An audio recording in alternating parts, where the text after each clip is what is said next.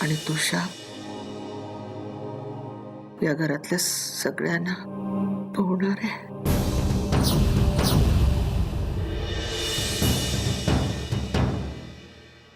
मला माहित असून काही आठवत नव्हतं ग. ती मुरळी मला भेटली होती. मुरळी? ती प्रभाकरच्या लग्नात नाचली होती. माझा चुलत ती. 60 वर्ष झाली या गोष्टीला. त्या घरात एक आश्रित मुलगी होती, उर्मिला.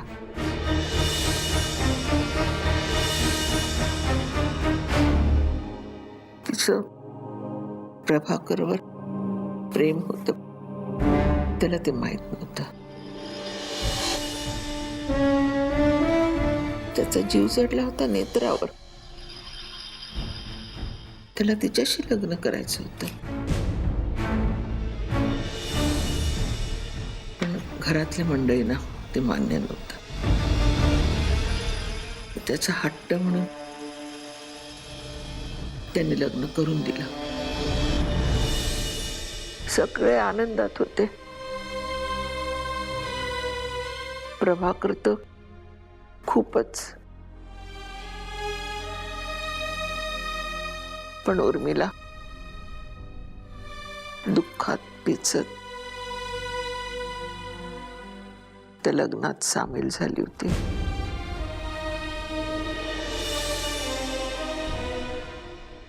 आणि दुर्दैवाचा फेरा नेत्राच्या रूपाने घरात आला.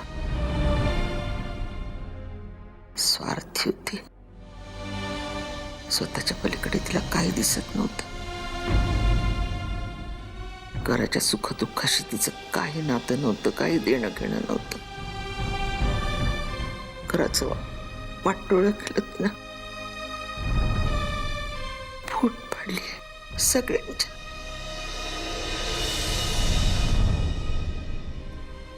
आणि अचानक एके दिवशी तिचा मृत्यू झाला. कशी मेली, तिला कुणी मारलं का तिनं जीव दिला, काही कळलं नाही. पण आषाढी एकादशीला ती गेली. कसं कोण जाणे. पण उर्मिलाचं प्रभाकरवर प्रेम होतं या गोष्टीचा सुगावा घरातल्या सगळ्यांना लागला. आणि मग नेत्राच्या मृत्यूचा संबंध त्याने त्या गोष्टीशी लावला. नेत्राचा खून उर्मिलानं केला असं घरातले सगळे मानू लागले. आणि मग सगळ्यांनी ना तिच्या छळाला सुरुवात केली. आजी, आजी बस झालं. मला थोडा आता आराम करायला हवा. आपण नंतर बोलू ना. हा, थोडं पाणी घ्या. माझं एक मागणं मान्य करशील? आजी, मी काहीही मागा. मी तुम्हाला कधी नाही म्हणाले का? मी जे मागणार आहे ना, त्यात तुझ्या सहनशक्तीची परीक्षा आहे. तुझा चांगुलपणा कसा लागणार आहे लक्षात आले ना तुझ्या. उर्मिला तू आहेस.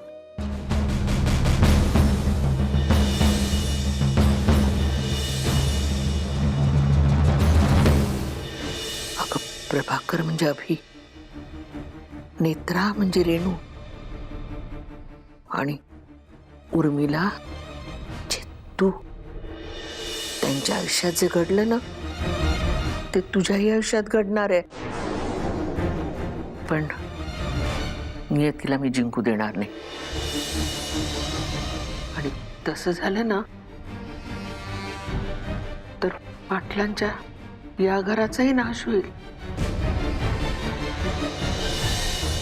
पण तू असं होऊ देणार नाहीस. माझा विश्वास आहे तुझ्यावर. जोपर्यंत हे संकट टळत नाही तोपर्यंत हे घर सोडून तू जाणार नाहीस. मला मला वचन दे.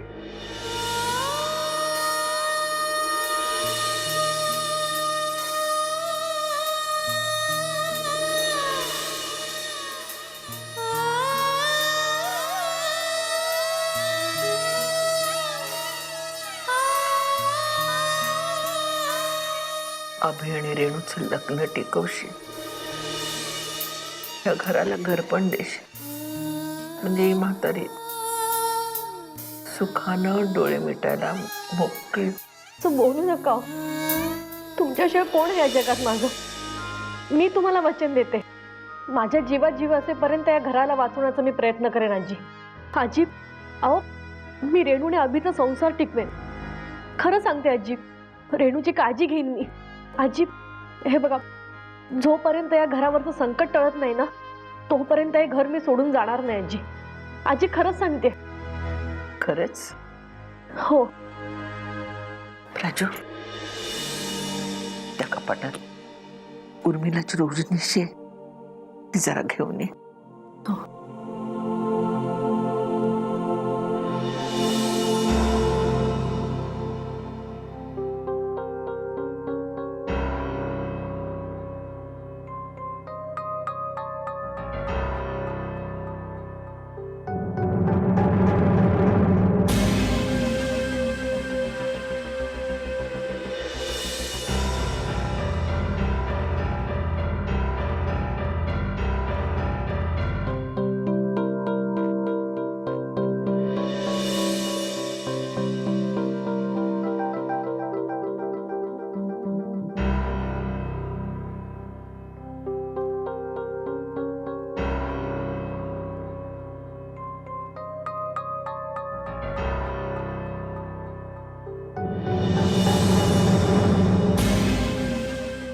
उघड.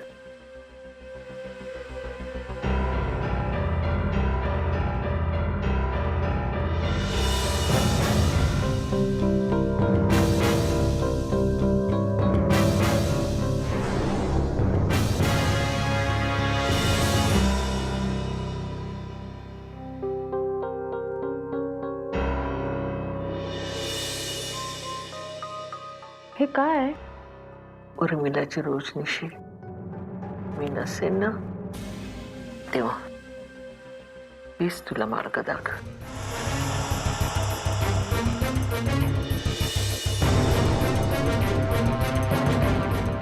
आजी आजी असं बोलू नका. मला तुमची गरज आहे आजी. मला सोडून जाऊ नका. तुम्ही सांगाल ते मी करेन. खरंच आजी. आजी मी तुम्हाला पाणी आणते.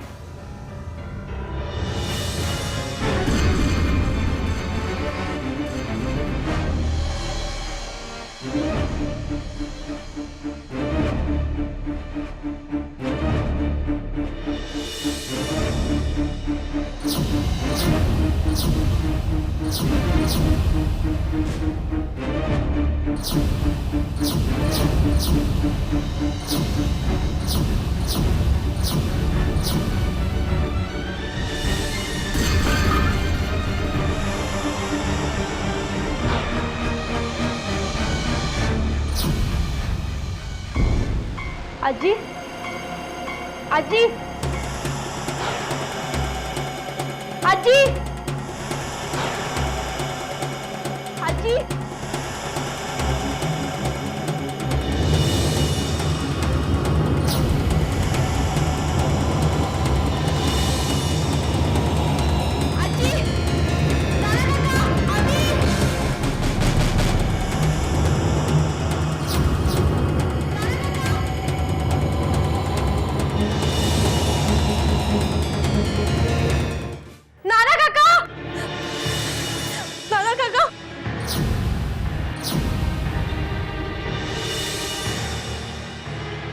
आई,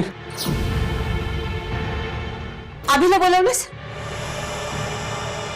आई अभिला बोलव. एक मिनिट, आलो आलो आलो आलो. ते ती गोळी दे पटकन. आई काय झालं ग?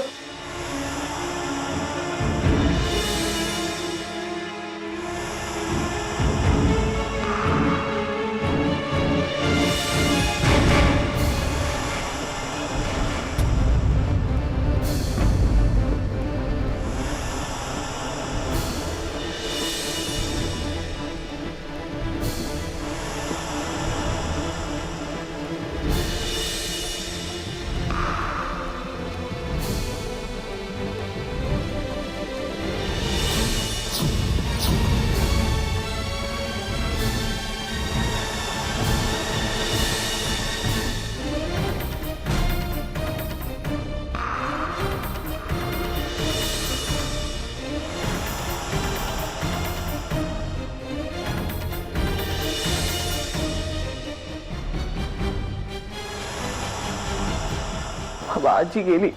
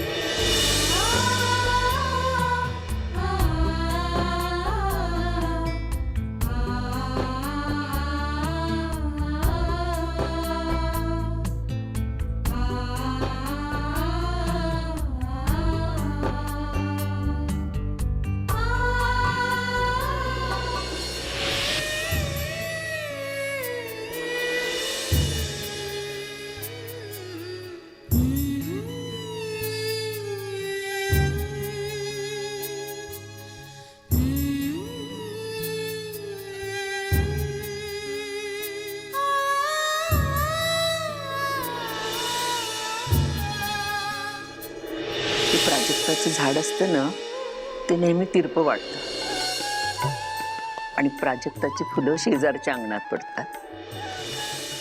आता आमच्या अंगणात वाढणार आहेस तू ना, बस एका प्राजक्ताचीच उणीव भासत होती मला.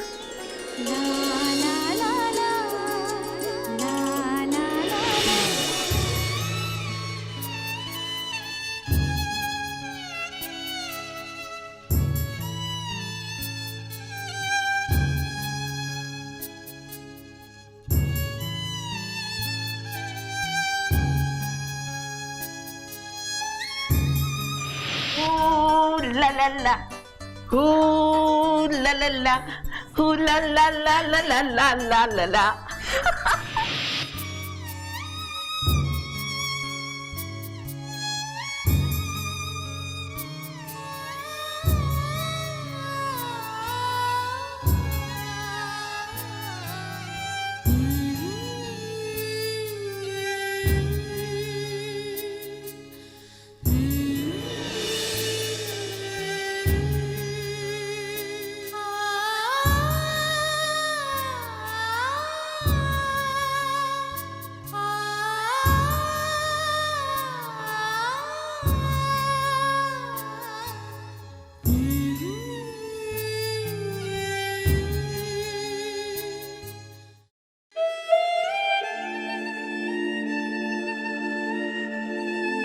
तुषार, आई आजी तुषार, हे बाळा, शांत राहा. आई आजी सोडून गेले आपल्याला. अरे बाळा, असं काय करतोस? जो माणूस जन्माला येतो ना, तो कधी ना कधी आपल्याला सोडून जातोच ना. हे सगळं स्वीकारायला हवं आपण. ती आजारी असती, अंथरुणाला खेळून असते तर एक वेळ ठीक होतं ना. ती सुटली असं म्हटलं असतं आपण, पण ती अशी अचानक आपल्याला सोडून गेली. बस. ए, हा?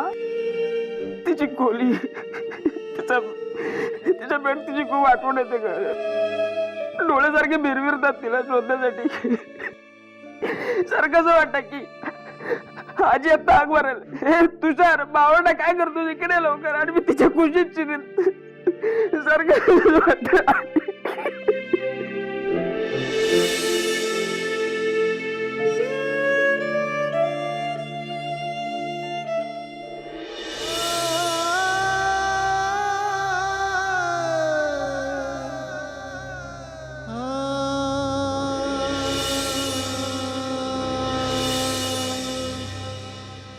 आईंचं तसं वय झालं होतं नाही. अंथरुणाला खेळून असते तर तितकंसं वाईट वाटलं नसतं. अशी अचानक. अस्थि विसर्जन कुठे करणार आहात? त्र्यंबकेश्वराला.